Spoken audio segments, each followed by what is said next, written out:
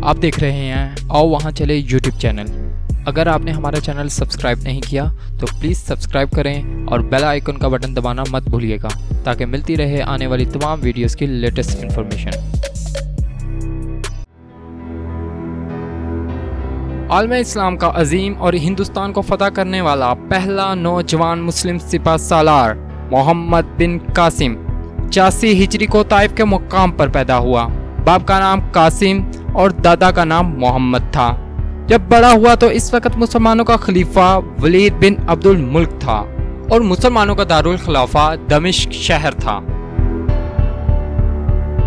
اس وقت مسلمان ایران فتح کر چکے تھے اور چونکہ سندھ کی سرزمین ایران کے نزدیک ہے اور ایرانی سلطنت کی سرحد سندھ سے ملتی تھی، اس لیے اس زمانے میں جبکہ ایران اور مسلمانوں کی جنگیں ہو رہی تھی اور اسلامی فتوحات ایران میں بڑھ رہی تھی، اس دور کے فتنہ پرور ایرانی سندھ میں آ کر پناہ لیتے تھے اور سندھ ان فتنہ پروروں کا مرکز بنا ہوا تھا۔ خود سندھ کا راجہ داہر بھی اس کوشش میں تھا کہ ایرانی سلطنت کسی طرح قائم رہے۔ دراصل وہ مسلمانوں اور ایرانیوں کے مختلف معرکوں میں ایرانیوں کو عسکری مدد بھی دیا کرتا تھا، لیکن جب ایران کی سلطنت پر مسلمانوں کا قبضہ ہوا تو راجہ نے کچھ سرحدی ایرانی صوبوں کو اپنی حکومت میں شامل کر لیا اور ایرانیوں نے بھی کرمان اور بلوچستان کے صوبوں کو سندھ کے راجہ داہر کے سپرد کر دیا تاکہ مسلمان ان پر قبضہ نہ کر سکے۔ لیکن اس کے باوجود مسلمانوں نے سندھ کو فتح کرنے کی طرف توجہ نہیں دی، یہاں تک کہ راجہ داہر نے خود ہی ایک خاص واقعے سے مسلمانوں کو مجبور کر دیا کہ وہ اس کی مملکت پر حملہ آور ہو۔ اس واقعے کی تفصیل کچھ یوں ہے کہ ولید بن عبد الملک کی فتوحات نے اسلامی حکومت کی دھاک دور دور تک بٹھا رکھی تھی۔ اس وقت کے فرما رواں اور بادشاہ وقت ولید سے دوستی کی تمنا رکھتے تھے۔ سرندیپ یعنی لنکا کے راجہ کی بھی خواہش تھی کہ وہ کسی طرح مسلمانوں کے عظیم خلیفہ ولید بن عبد الملک سے دوستی پیدا کریں، چنانچہ اس نے اپنے جزیرے سے 8 جہازوں کے ذریعے ولید بن عبد الملک اور عراق کے والی اور محمد بن قاسم کے چچا حجاج بن یوسف کے لیے مختلف اقسام کے موتی اور جواہرات اور دوسرا بہت سا قیمتی سامان روانہ کیا۔ طائف سے لدے ہوئے ان جہازوں میں کچھ مسلمان مرد اور عورتیں بھی تھیں جو کعبہ شریف کی زیارت کے لیے اور کچھ دمشق شہر کا سفر کر رہے تھے۔ جب جہازوں کا وہ قافلہ سمندر کے اندر سفر کر رہا تھا تو سمندر کے اندر ہواؤں کے طوفانوں نے ان جہازوں کو بے قابو کر کے دیبل شہر کے ساحل پر پہنچا دیا۔ اس وقت دیبل شہر سندھ کی بندرگاہ اور راجہ داہر کے علاقے کا مشہور شہر تھا۔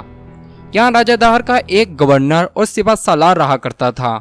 یہاں قزاقوں کے ایک گروہ نے جسے نکامرا کہتے تھے اور وہ دیبل کے باشندے تھے، ان جہازوں پر قبضہ کر کے ان جہازوں کو لوٹ لیا اور مردوں اور عورتوں کو گرفتار کر کے سارے سامان اور جواہرات پر قبضہ کر لیا۔ کچھ مورخین یہاں یہ بھی لکھتے ہیں کہ جو لوگ مسلمانوں کے جہازوں پر حملہ آور ہوئے اور انہیں لوٹا وہ میت قوم کے افراد تھے۔ مورخین یہ بھی قیاس آرائیاں کرتے ہیں کہ ہو سکتا ہے میت نکامرا قوم کا کوئی ذیلی قبیلہ ہو، اس لیے کہ دیبل شہر دراصل میت قوم کا مرکز تھا، اور یہ بھی کہا جاتا ہے کہ یہ دیبل کی بندرگاہ کے علاوہ سندھ کاٹھیواڑ کے ساحل پر رہنے والی ساری قومیں جن کا پیشہ لوٹ مار اور قزاقی تھا، ان سب کو میت ہی کہا جاتا تھا، اور یہ بات واضح رہے کہ یہ میت اب میو کے نام سے جانے جاتے ہیں۔ اس لیے کہ سندھ پر محمد بن قاسم کے حملہ آور ہونے سے پہلے مکران کا علاقہ مسلمانوں کے قبضے میں تھا، اور مکران کے مسلمان کے حاکم ابن عمر کے بارے میں لکھا ہے کہ اس نے پہلے تو شمالی پہاڑی علاقے پر حملہ کر کے فتح حاصل کی، اس کے بعد مکران میں میدوں سے جنگ کرتے ہوئے شہید ہو گیا۔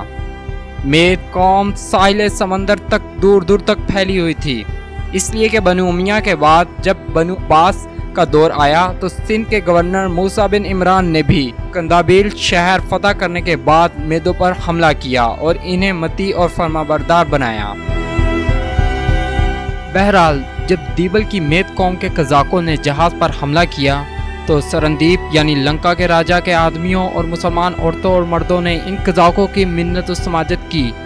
ہم یہ مال مسلمانوں کے خلیفہ وقت کے لیے لے کر جا رہے ہیں، لہٰذا وہ ان پر حملہ آور نہ ہوں اور انہیں جانے دیں،